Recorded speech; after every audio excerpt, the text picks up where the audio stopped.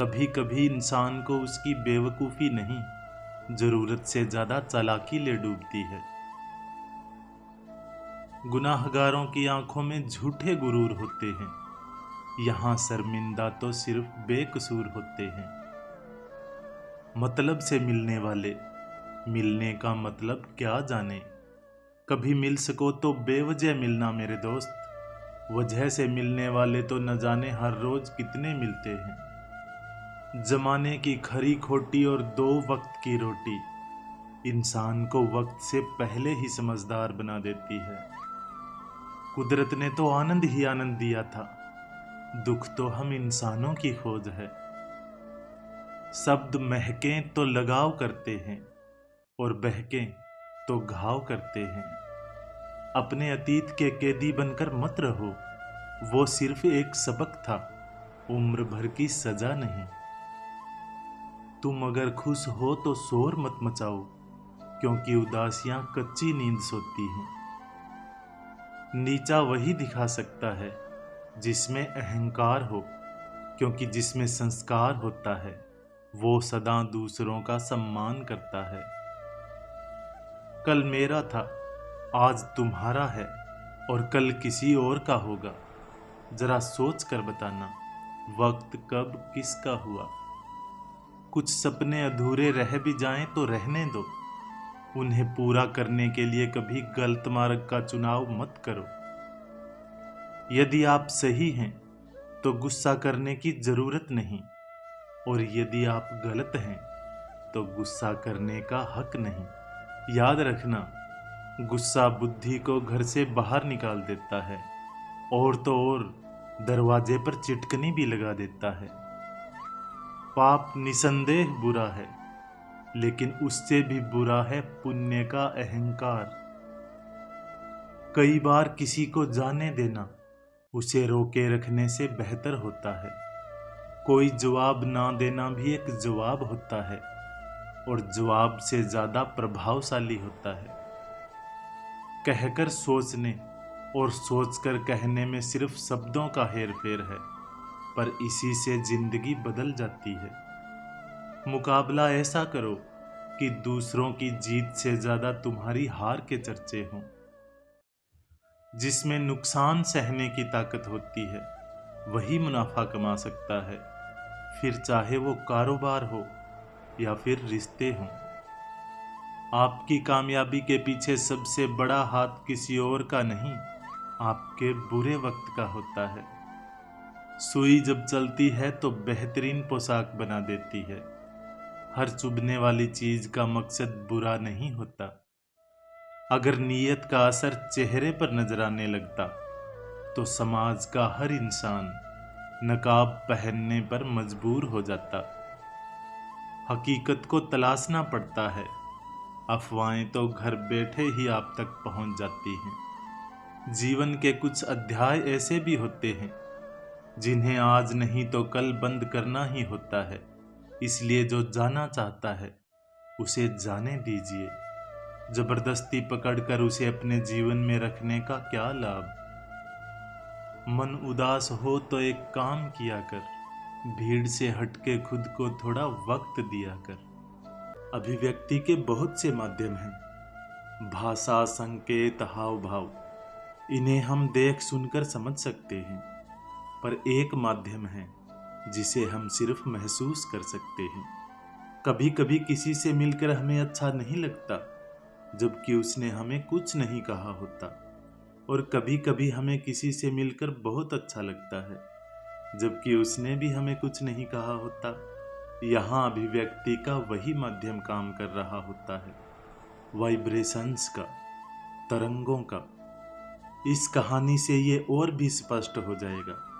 एक बार एक राजा हाथी पर बैठकर अपने राज्य का भ्रमण कर रहा था।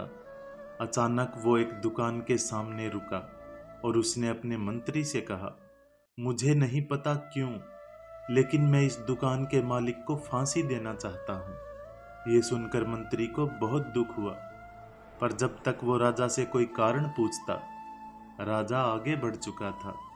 अगले दिन मंत्री वेश बदलकर दुकानदार से मिलने उस दुकान पर पहुंचा। उसने दुकानदार से पूछा, भाई तुम्हारा व्यापार कैसा चल रहा है? दुकानदार उस राज्य में चंदन की लकड़ी का एकमात्र व्यापारी था। वो दुखी होकर बतलाने लगा, क्या बताऊं भाई, बिक्री ही नहीं होती। लोग आते हैं, चंदन को सूंघते हैं, प्रशंसा भी करते हैं, पर खरीदते कुछ भी नहीं। अब बिक्री केवल एक ही आशा पर टिकी है कि राजा जल्दी ही मर जाए और उसकी अंतिम क्रियाक्रम पर बड़ी संख्या में चंदन की लकड़ियां खरीदी जाएंगी। तब उसके दिन जरूर बदलेंगे। अब मंत्री के समझ में आ गया कि राजा उसकी दुकान के सामने क्यों रुका था और उसे फांसी चढ़ाने की उसकी इच्छा क्यों हुई थी। दुकानदार की नकारात्मक तरंगों के प्रभाव से ही राजा में नकारात्मकता पैदा हुई थी। मंत्री बहुत बुद्धिमान था। मंत्री ने इस विषय पर कुछ क्षण विचार किया और फिर दुकानदार से कहा, मुझे चंदन की श्रेष्ठ लकड़ियां एक कागज में लपेट कर दो। दुकानदार बहुत खुश हुआ। उसे इतने दिनों बाद कोई अच्छा ग्राहक मिला था। चंदन की लकड़ी का सुंदर सा उपहार लेकर जब मंत्री महल में लौटा तो वह सीधा दरबार में गया जहां राजा बैठा था। उसने जाकर सीधा वो उपहार राजा को भेंट किया और कहा, चंदन के उस व्यापारी ने आपके लिए एक भेंट भेजी है। राजा ने जब बंडल खोला तो उसमें सुनहरे रंग की श्रेष्ठ चंदन की लकड़ियों को देखकर वो बहुत प्रसन्न हुआ। इसके बदले में उपहार स्वरूप उसने बहुत से सोने के सिक्के उस दुकानदार को भिजवाए। राजा को अब ये सोचकर बड़ा ही खेद हो रहा था कि इतने अच्छे व्यक्ति को फांसी देने का ख्याल उसके मन में आखिर आया क्यों। राजा ने फांसी रद्द करने की आज्ञा दे दी। दूसरी तरफ दुकानदार को जब वो सिक्के मिले तो वो बहुत ही खुश हुआ और उसके मन से राजा के लिए दुआएं निकलने लगी। अब उसे अपने उन नकारात्मक विचारों पर बहुत पश्चाताप हो रहा था जो उसने राजा के लिए सोचे थे।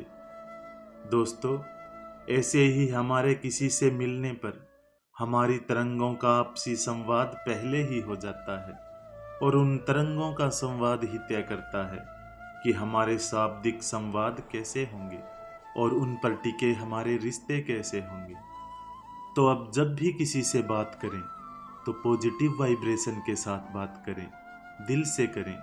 फिर हमें ये कहने की ज़रूरत नहीं पड़ेगी कि बातचीत तो बहुत है हमारी, पर रिश्ता उतना अच्छा नहीं है। किसी ने कितना सही कहा है, मिलो किसी से ऐसे कि जिंदगी भर की पहचान बन जाए, पड़े कदम जमी पर ऐसे कि लोगों के दिलों पर निशान बन जाए। कभी जो जिंदगी में थक जाओ तो किसी को कानों कान खबर ना होने देना। लोग टूटी हुई इमारत की ईंटें तक उठा ले जाते हैं। तुम चाह भी नहीं सकते अगर खुदा ना चाहे। जरूरी नहीं कि किसी की आह और बद्दुआ ही तुम्हारा पीछा कर रही हो। कई बार किसी का जब्त और बेपनाह सब्र भी तुम्हारी खुशियों को रोक लेता है। कोई हाथ से छीन कर ले जा सकता है मगर नसीब से नहीं। इंसान की मर्जी और ईश्वर की मर्जी का फर्क ही गम है। कल एक इंसान रोटी मांग कर ले गया और बदले में करोड़ों की दुआएं दे गया। पता ही नहीं चला कि गरीब मैं था या वो। शख्सियत अच्छी थी ये लफ्ज तब सुनने को मिलते हैं जब शख्स ही नहीं रहता। बंधी है हाथ में सभी के घड़ियां मगर पकड़ में एक लम्हा भी नहीं। कितने चालाक हैं मेरे अपने भी, तोहफे में घड़ी तो दे दी मगर कभी वक्त नहीं दिया। दुआ तो दिल से मांगी जाती है जुबान से नहीं। कबूल तो उसकी भी होती है जिसकी जुबान नहीं।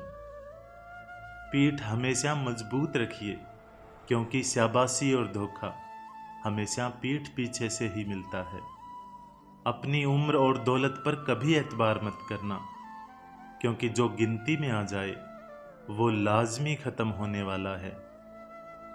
जब भी गुनाह करने का मन करे तो 4 बातें याद करो। भगवान देख रहा है, फरिश्ते लिख रहे हैं, मौत हर हाल में आनी है, और वापसी का टिकट भगवान ने देकर भेजा है। कुछ सवालों के जवाब सिर्फ वक्त देता है, और जो जवाब वक्त देता है वो लाजवाब होता है। दो तरह के इंसानों से हमेशा होशियार रहो।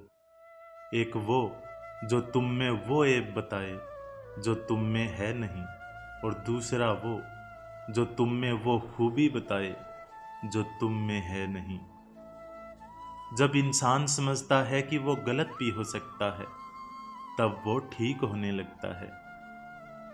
पिता की दौलत पर क्या घमंड करना, मजा तो तब है जब दौलत अपनी हो और घमंड पिता करे। ए खुदा, एक आईना कुछ ऐसा बना दे जो चेहरा नहीं नीयत दिखा दे।